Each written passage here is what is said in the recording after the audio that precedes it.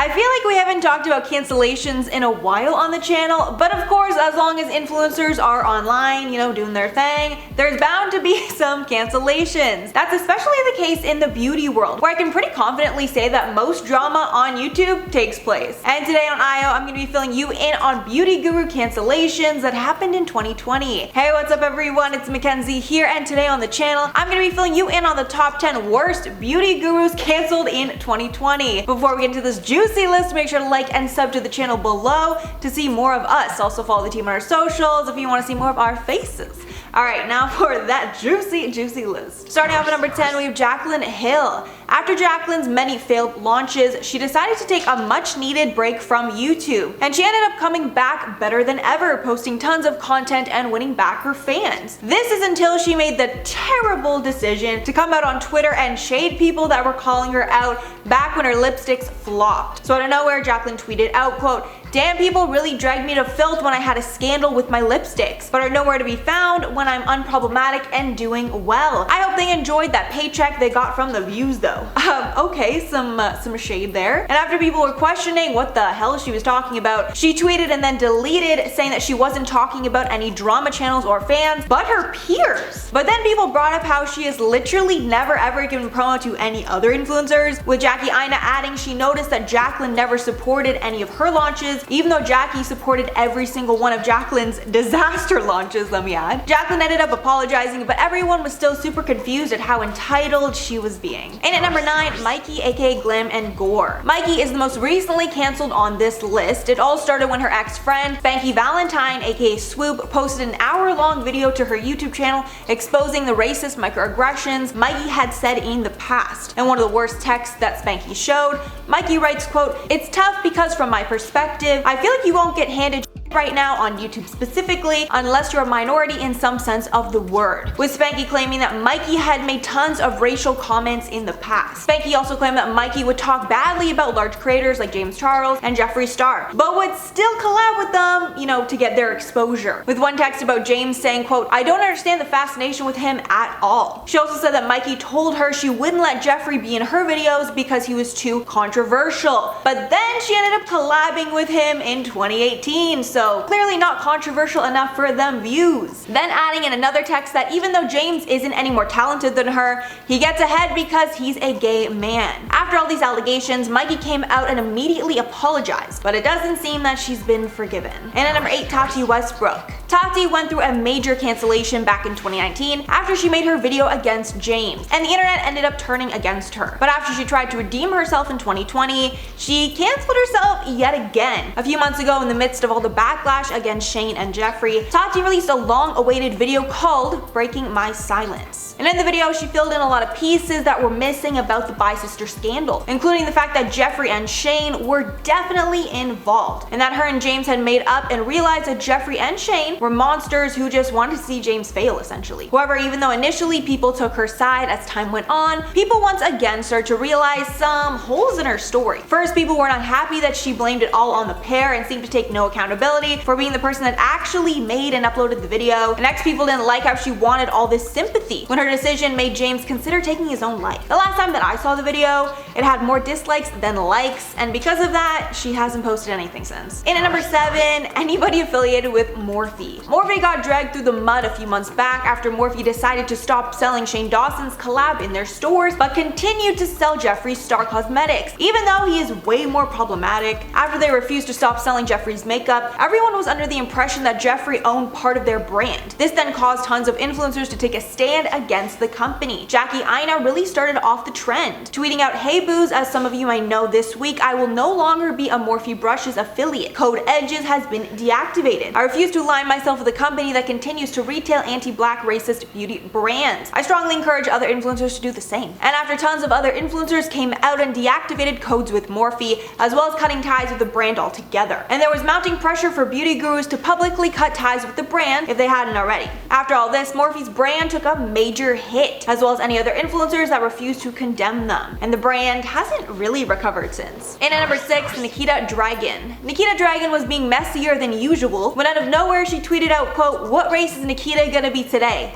Links out here. And the whole internet said, "Why'd you tweet that?" Like, what? If you don't know much about Nikita, all you need to know is that she is constantly called out for blackfishing and cultural appropriation. So this tweet was meant to be a dig at her haters, but it came off incredibly tone deaf. After this, there was swift backlash because she clearly doesn't listen to any criticism about her race baiting. As a response to the backlash, she tweeted out, "I know it's a joke to comment on my race, but I'm really tired of having to defend myself on every post. She's Hispanic today, I'm Hispanic every day. My mom is Mexican, my dad is Asian, I'm mixed. The end, bye." Then in a follow-up tweet, she showed the difference between her in the winter versus summer. But the replies under this response were not good, and people were essentially just dragging her even more and posting tons of pictures of Nikita being multiple different races in like the span of days. Halfway through number 5, James Charles. James Charles has had a pretty good year in the sense that he stayed out of drama for the most part. However, sometimes James just really can't help but getting involved in things he really doesn't need to be. It started in August when e.l.f. announced that they were going to be collabing with Alicia Keys on some products. But since Alicia is anti-makeup and James assumed it was a makeup collab, he tweeted out, quote, "People who do not wear makeup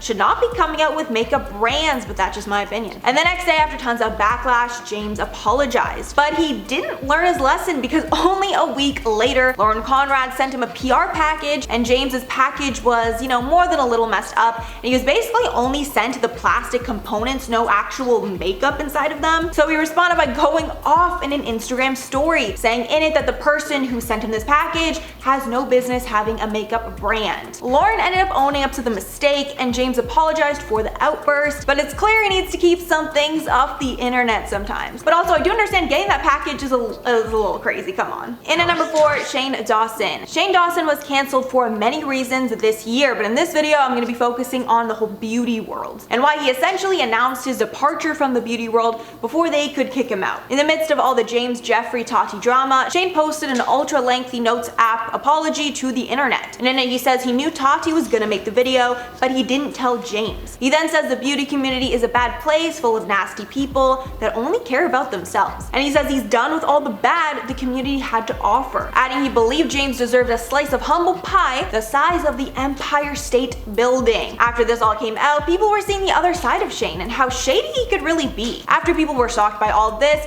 people started to come like 10 times harder for him online, and people brought to light even more terrible things about him. And this whole note app is really what started his real cancellation from the internet. And at number 3, Tana Mongeau. I know Tana isn't technically a beauty guru, but I was kind of run out of people, and her drama is very juicy, so I thought I'd include anyway. It seems that every year Tana is canceled for something. This year it's for racism. Back when the George Floyd protests were exposing people for how they had treated black creators, Tana was exposed for how she treated Colin Berry and Simply Nessa, both black creators who she was friends with, until she turned everyone against them. After all the backlash, she stopped posting on her social media. However, still kept posting on Instagram stories, and every story was her basically partying during the pandemic. After months of waiting, she finally released her apology a few weeks ago, but it was quickly dubbed the worst apology video of all time because it was really that bad. And it was clear to anyone watching that she really didn't mean the words she was saying, and she was just reading off a script to appease her fans so she could quickly move on. She has posted more since the video and claims she'll address all the backlash soon, but she still hasn't, and she's posting like normal, so it seems like she just kind of doesn't care anymore. In at number 2, Jenny Ruiz, aka Jenny69. Beauty YouTuber Jenny Ruiz got a slew of backlash after her fans noticed that she didn't use her platform to speak out about BLM or the George Floyd protests when they were going down a few months back. After weeks of being silent on her socials,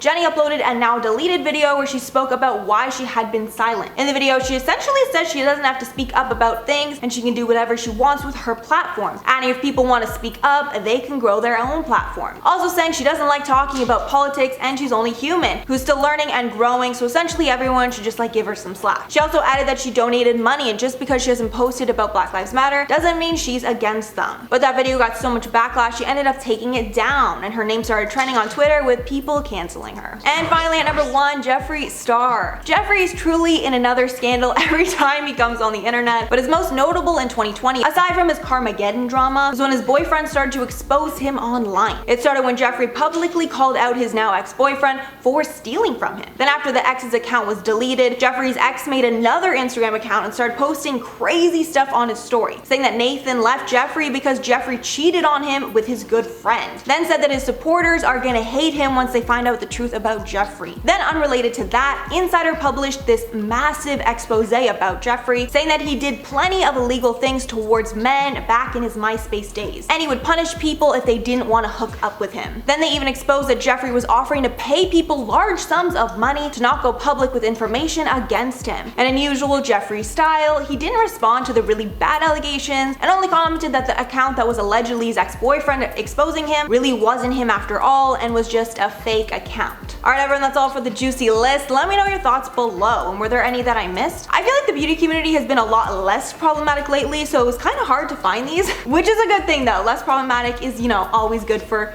you know, the community at large. But before I head out, I'm gonna shout out some comments from my video on Sophia Franklin's response to call her daddy. So Daryelle said $500,000 a year sounded good to them. They signed a contract not knowing they were gonna blow up. They should have read the fine print instead of just taking the money. It's a tough thing from all standpoints because they were nobody, so getting paid anything to make a podcast was good for them. But then they blew up and started making multi-millions, and it was like, okay, we need to be paid fairly. It's a really tough one. Then Misa said, I don't know these people and I don't care. I like Mackenzie though. And what's wrong with the brunette's boyfriend's head? Firstly, thank you for being here. And honestly, he looks exactly like Quagmire. I know when this whole thing was going down, everyone was just shading him, saying who he looked like. I'm sorry, he does have a strange looking head. A lot of you pointed out. Then Miss Megan said, I've been waiting to hear the story, but honestly call her daddy is so much better with just Alex, but I do agree that Sophia was in the right to demand more money. Honestly, I don't agree with it being better with just Alex. I didn't like religiously listen to it before, but the parts I did hear to compare to now, I'm not as interested. Like, I don't listen to the podcast at all now. So, I mean, take that with what you will. I know some people, you know, like it better now. It just kind of is what it is. But I feel like in general, the podcast has like definitely decreased probably. All right, everyone, that's all for the video today. Thanks so much for sticking around. If you made it all the way here, I've been your host, Mackenzie Smith, and I'll catch you guys in the next one.